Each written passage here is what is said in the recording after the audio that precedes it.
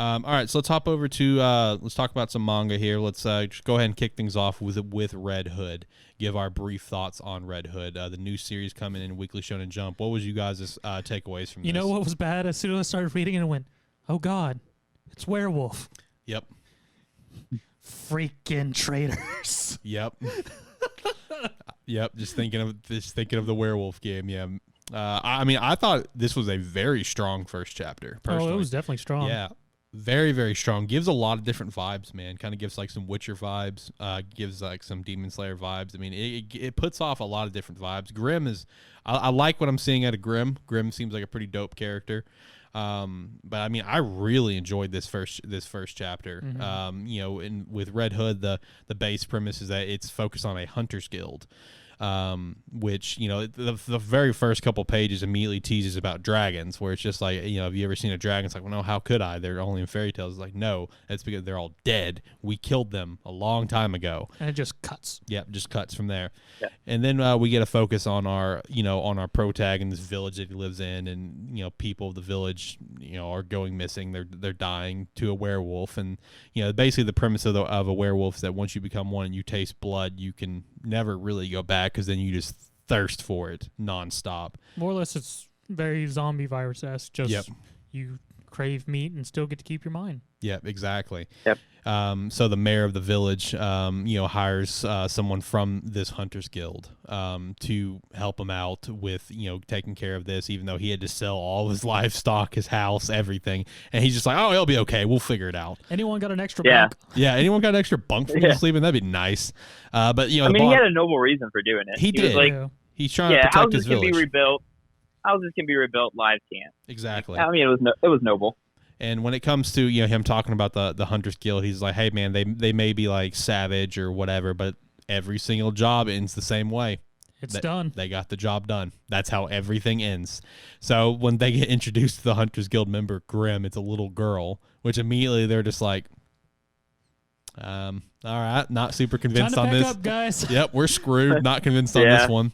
Grimm's just like, all right, yo, payment up first. I want half of it up front, please. It's just like, I don't know if we can do that. It's like, well, I mean, I can leave and you guys keep dying. So, I mean, what else do you want to do? By the time you pay for the cancellation fee, travel fee, and all that stuff, I don't think you'll have enough for another hunter. So, yeah. So they're like, okay, never mind. We're all for it, whatever. And then, you know, she does kind of point out, it's like, hey, we're not trying to be heroes here. We're just working. All right, we're just trying to make some money. We're not trying to be heroes. I don't give a shit about your village. Because our protag, who I'm sorry, but I'm drawing a blank on our protag's name here. I do apologize for that. It's like Yulon or something like that. Yeah, it was something. It was something weird. But he kind of points out, like, man, you don't even give a shit about the village, and she's like, no, I don't. No, not at all. I just want to get paid, man. I'm just here to do a job. Like, come on. Point me in the direction. I'm gonna kill it. Yep.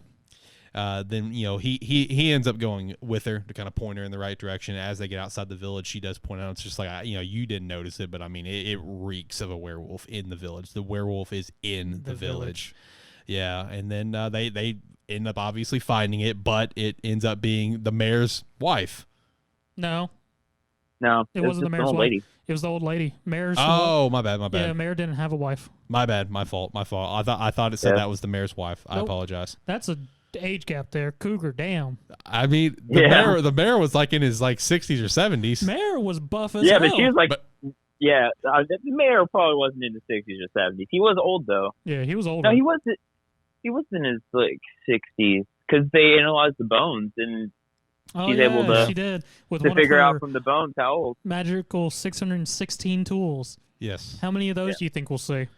Jesus Christ! Probably, if the show doesn't get if the series doesn't get axed, we'll probably see a lot of it. Yeah. You think they'll remember that it's a thing? We'll see. We'll see. You know, who knows? But, you know, the way that it was kind of teased when they got in there is that she was saying that the mayor was the werewolf. It's like, oh, the way he went out the window, whatever. And then our protag's just like, but there's still cobwebs in the window. That's a small window. He's a pretty beefy guy, you know. There's no way he could have jumped out of that. And she's just like, well, damn, you figured me out. Yep.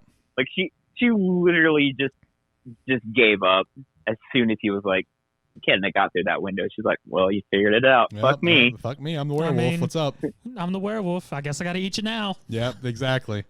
Because she didn't feel like she was in danger until Grimm goes from a friggin' lolly into tall, blonde bringer of doom. Yep, simple. Yeah. got a simp level character here. I've already seen some simping online for, and I'm very curious about why and how that transpired. Like how do you go from a little girl to an adult back and forth? I'm just kind of curious. I'm sure we'll see that in chapter 2. I mean, I assume so, because though this chapter focused on a werewolf, at the end when we do wrap things up, it does hit back to that opening lines of her Grimm asking our MC about dragons and whatnot, saying our job's not done until all creatures like that, werewolves, vampires, she says something else, is all just fairy tales and books. Yep. And then makes it also interesting because it ends with saying, and this is how the guild Red Hood started. So I'm guessing it's gotten some fairy tale-esque thing if there's multiple hunter guilds. Mm-hmm. That'd be my guess as well. Yeah. But I mean, overall, I was very impressed with this first chapter. I thought it had a very, very strong start, but that doesn't necessarily mean anything. We've seen some other strong starts here recently with some newer series, and they just fall flat. So I'm hoping they continue on with this strong. I have a lot of faith in this one. I do too, and I enjoyed the writing in it too, of just the fact, like what Josh was saying, of the werewolf grandmother was like, well, you figured me out, I'm gonna eat you, because she felt like she was in danger at all. I mean, yeah, it was a hunter, but it was like this small child who seemed like no threat. Mm-hmm. And then just the fact of the matter of the moment whenever during the fight with the werewolf or MC, so Grimm gets eaten by the wolf, which is part of her plan, to drop a basket full of explosives inside of it. Yep. And the wolf just goes like, there's something still in my stomach. Boop. Oh, God. Oh, no. That was the other thing that got me when I was reading it. I was like, everyone in this series is like just giving up super fast. Because Grimm's just like, all right, I have a plan, and it just gets eaten. I'm like, really? That was it? So, but I mean, I enjoyed it.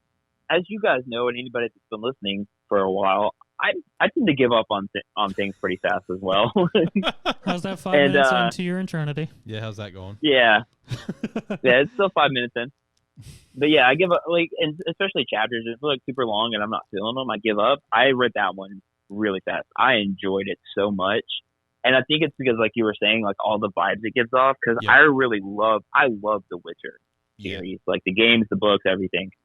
And this gave me like hardcore Witcher vibes with everything. True. And I loved it. I loved their take on the werewolf, where it wasn't just like a wolf person. It was like this monster. Yeah, transforming. It looked really fucking weird, like almost like a shapeshifter. Yeah, it did. Yeah.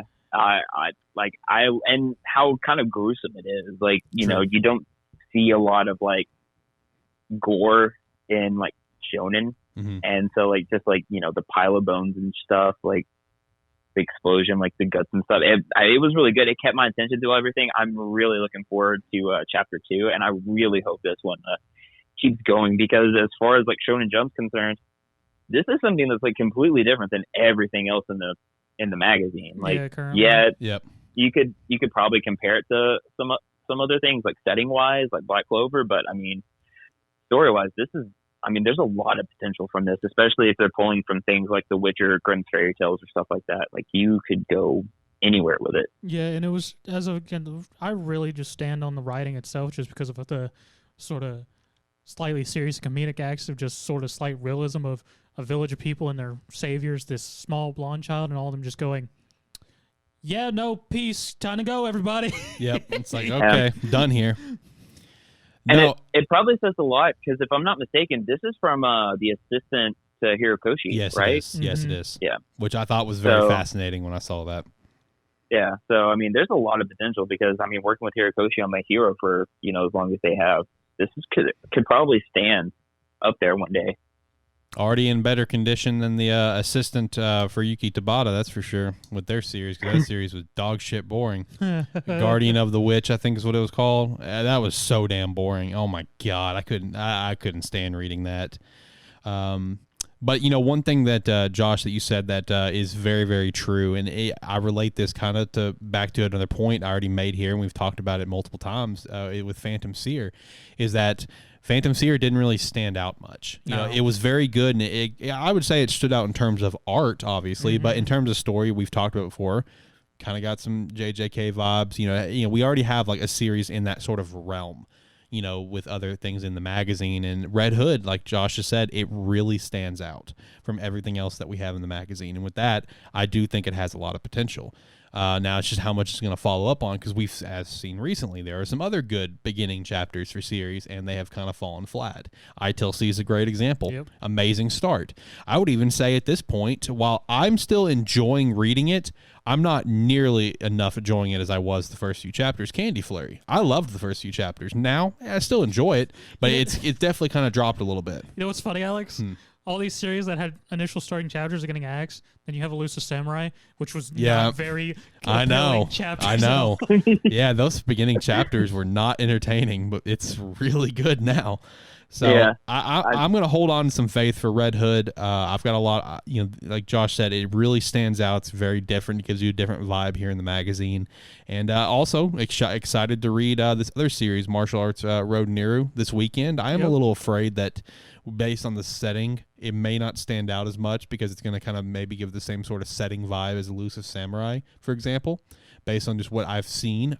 Don't know if that's true. We'll see when we read it. But Red Hood, a lot of strong potential there. We'll continue to talk about Red Hood as time goes on, and just continue to give our thoughts. And because with the Shonen Jump app, you can read the first 3 chapters for free. So we'll continue to give our thoughts as time goes on, and just recommend if you should check it out. As of now, I would say definitely check it out. One last thing I do want to add to it before we move on from it was, I think one thing that'll definitely help with Red Hood is the fact that it may be taking more from Western fairy tales versus Eastern stories. So yep. That is very, very true. Red Hood Chapter 1, I'm giving it a 9 for the first chapter. I thought it did really well. I think a 9 is, I will agree with that. It was really good for a first chapter.